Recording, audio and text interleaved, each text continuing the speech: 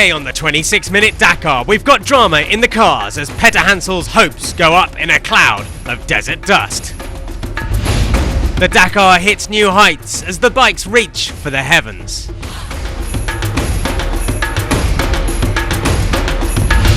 Part 2 of the marathon pushes man and machine to breaking point in the bikes.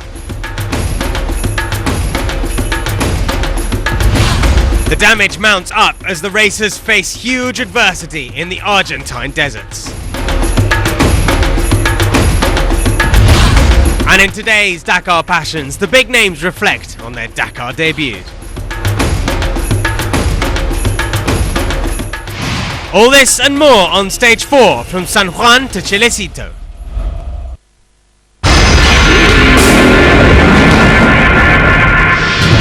Previously in the cars. It's all change as Roma takes the ascendancy, but he is taking nothing for granted. The Dakar is a race that's really strange. One day you're at the top, the next you're not. He's being hounded by Nasser in the second mini home. While those around him fall apart, Carlos Sainz is keeping his focus. But will the buggy last the distance? The strategy for this week is patience. Opening the road and crashing through the undergrowth cost Petter Hansel dearly as hopes of winning are rapidly deflating. It feels like the race is slipping away. Anyway, things are getting more complicated.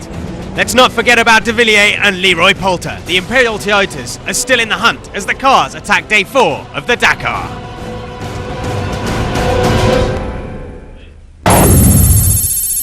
It was a very long day on the Dakar for the cars, split into 2 parts to total 657k. Heat would be the main issue for the longest special of the Dakar since 2005. And trouble hit several big guns in the overall standings, like Eric Weavers in his HRX Ford, who was 9th overall in the morning. Also stranded on the side of the road was Leroy Poulter, the South African rookie.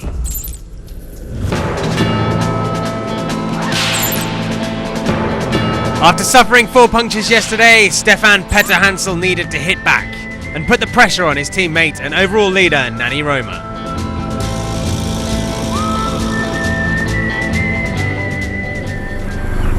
Qu'est-ce que c'est?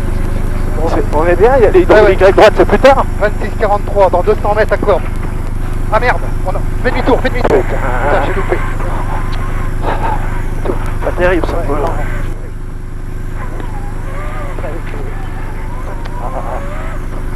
Là en plus c'est des... After that detour, the Frenchman was then forced to stop with the first puncture at the early start of the stage.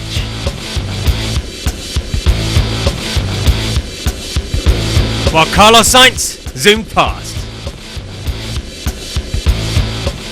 It's very tough for my confidence. In such conditions we don't dare drive fast as we just don't know where to put our wheels.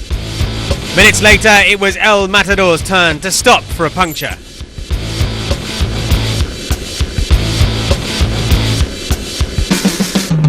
And this time Petter made the best of it. Still, Sainz was flying, showing that his SMG isn't only made for dunes and sand.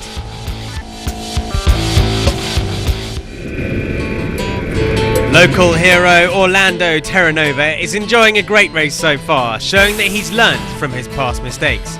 Second overall in the morning, the Argentinian however struggled with navigation and dropped down to 4th.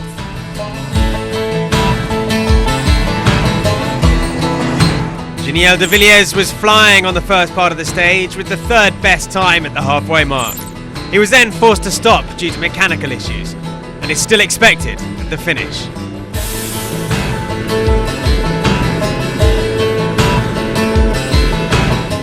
A tough day for Nani Roma. On such a stage, the Catalan couldn't do much against the flying Carlos Sainz. His time in the Dakar lead will have only lasted 1 day. Meanwhile, Nasser Al-Attiyah was charging. Indeed, the Qatari gained 5 minutes over Roma, reducing his overall time deficit by half. It's a good day for us, and except one flat tires. I'm quite happy from the performance.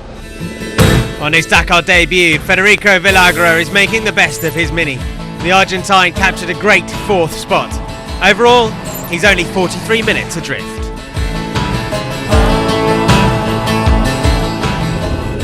And there was drama all the way to the finish for the Mini boys. 3 of them, including Alatia, struggling with navigation. And without such a mistake, the Qatari could have captured the overall lead.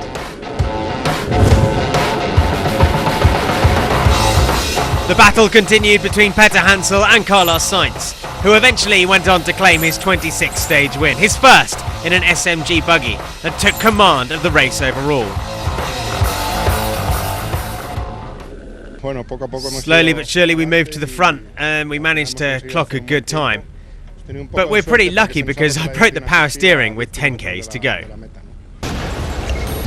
So Carlos Sainz takes it from Peter Hansel, Alatia in 3rd, Villanova in 4th, and Nani Roma drops to 5th on the day. Overall, it's a 2-minute lead now for Carlos Sainz over Roma. Alatia gaining ground all the time. Terranova pops up into the top 5. Peter Hansel still in 5th position, 18 minutes back.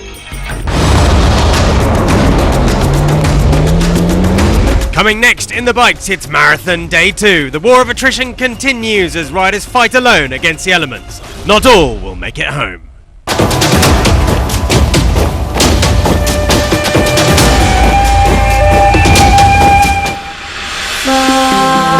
The Dakar is as much about the countries we visit as the men and women who race through them.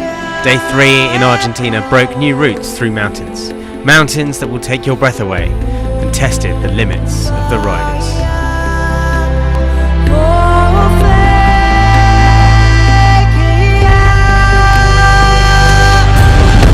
Muy larga, Really long, muy dura. really hard. Hoy sí fue una It was etapa an inhumana. inhuman stage.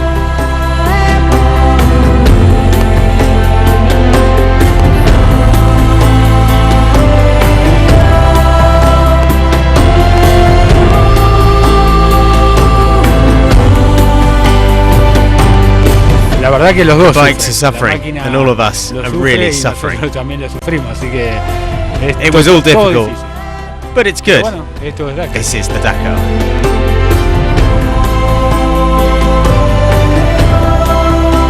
To reach the summit, first you have to climb the mountain, a feat that took man and machine to their utmost limits.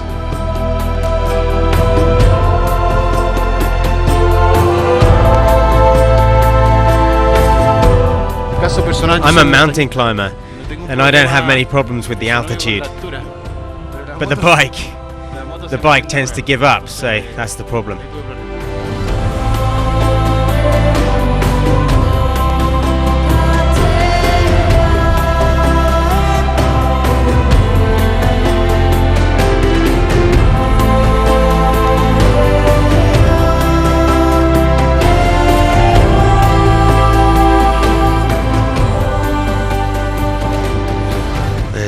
So difficult. This mountain was the fight of my career. It's incredible.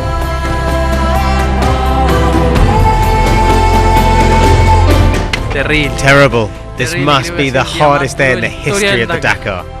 Terrible. Terrible.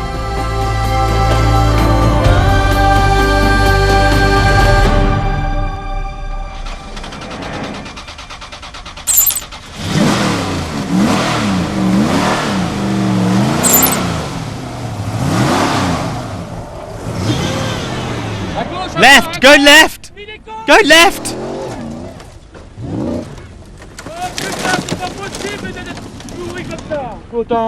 Ah, that's not possible. Not like that. It's incredible.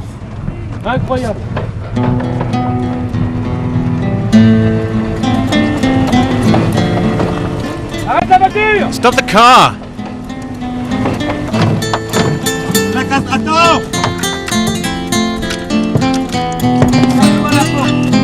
Open the door.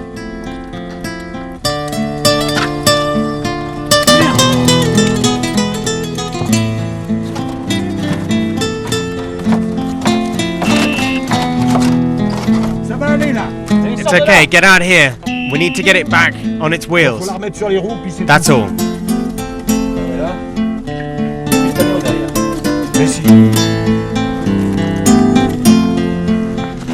It's not true. 4 or 5 times I said go here, and then you took the hill. Well, that happens. That's why we lost an hour and a half. But now we might lose 3 or 4 hours. And if there's no truck, we'll be here all night.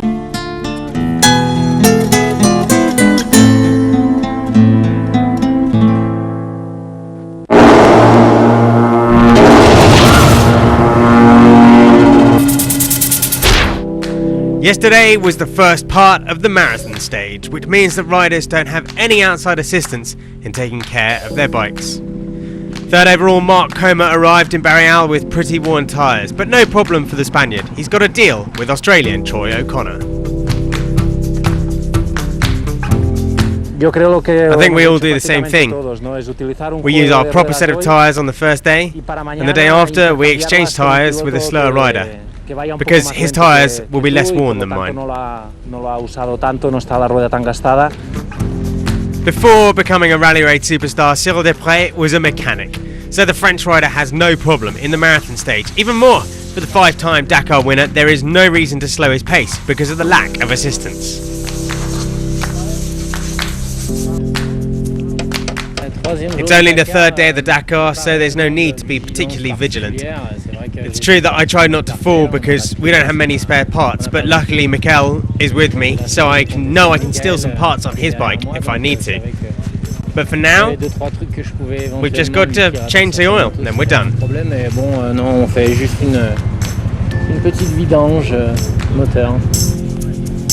In the Honda team, the overall classification dictates everyone's job. Even if he is Rally Raid World Champion, Paulo Gonçalves has to take care of Juan Barreda's bike, the overall leader.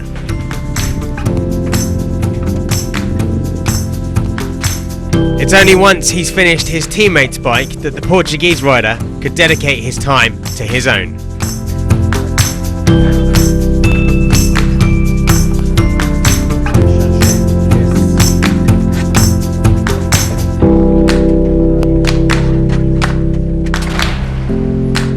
It's only once they've nursed their machines that riders can enjoy a little bit of life.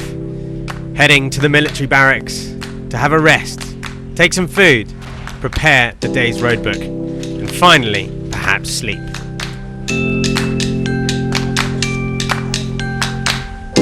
The joy of sleep will be only for the quickest or the luckiest of them. Others will arrive late or will have to work on their bike all night long.